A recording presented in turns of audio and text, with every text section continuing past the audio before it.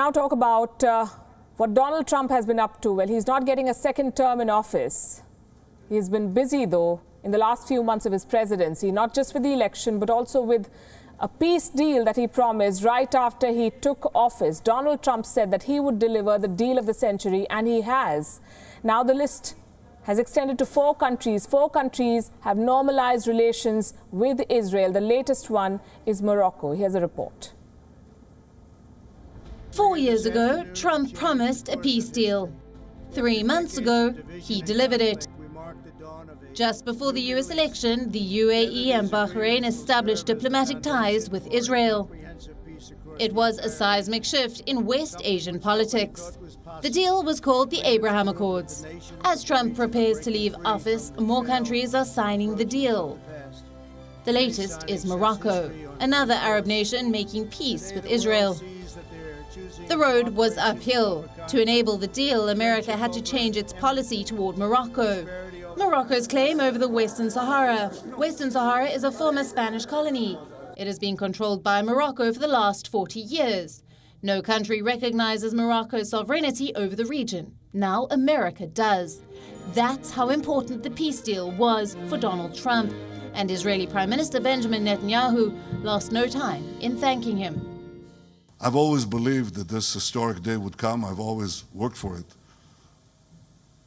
I want to first thank President Trump for his extraordinary efforts to expand peace, to bring peace to Israel and the peoples of the Middle East. President Trump, the people of Israel and the state of Israel will be forever indebted to you for your magnificent efforts on our behalf. I want to thank, too, the King of Morocco, King Mohammed VI, for taking this historic decision to bring a historic peace between us. Trump may not have won a second term in office. He leaves as one of America's most embattled presidents. But this is a foreign policy win like no other. Donald Trump has accomplished what his predecessors promised, tried, and failed at. He got the peace deal that they couldn't. Under Trump, Israel has normalized ties with 4 Arab nations. For the last 7 decades, most Arab countries have boycotted Israel over its dispute with Palestine. Now that has changed. Other nations are expected to sign similar deals. They have Saudi Arabia's blessing, but Riyadh itself isn't ready to sign on the dotted line just yet. Donald Trump's efforts have a big role to play in this shift. The shifting sands of Arab politics have done the rest. The Gulf states and Israel have now found a common enemy in Iran. Palestine has been relegated to the back burner. Sunni Arabs and Jews are now allies, with Shia Iran threatening both, and Donald Trump claiming credit for delivering what he calls the deal of the century.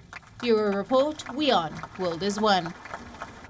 Thank you for watching Gravitas on WION's YouTube channel. If you want to stay up to date with what's happening around the world, then subscribe to our channel and don't forget to like and share. Thank you very much for watching WION, World is One.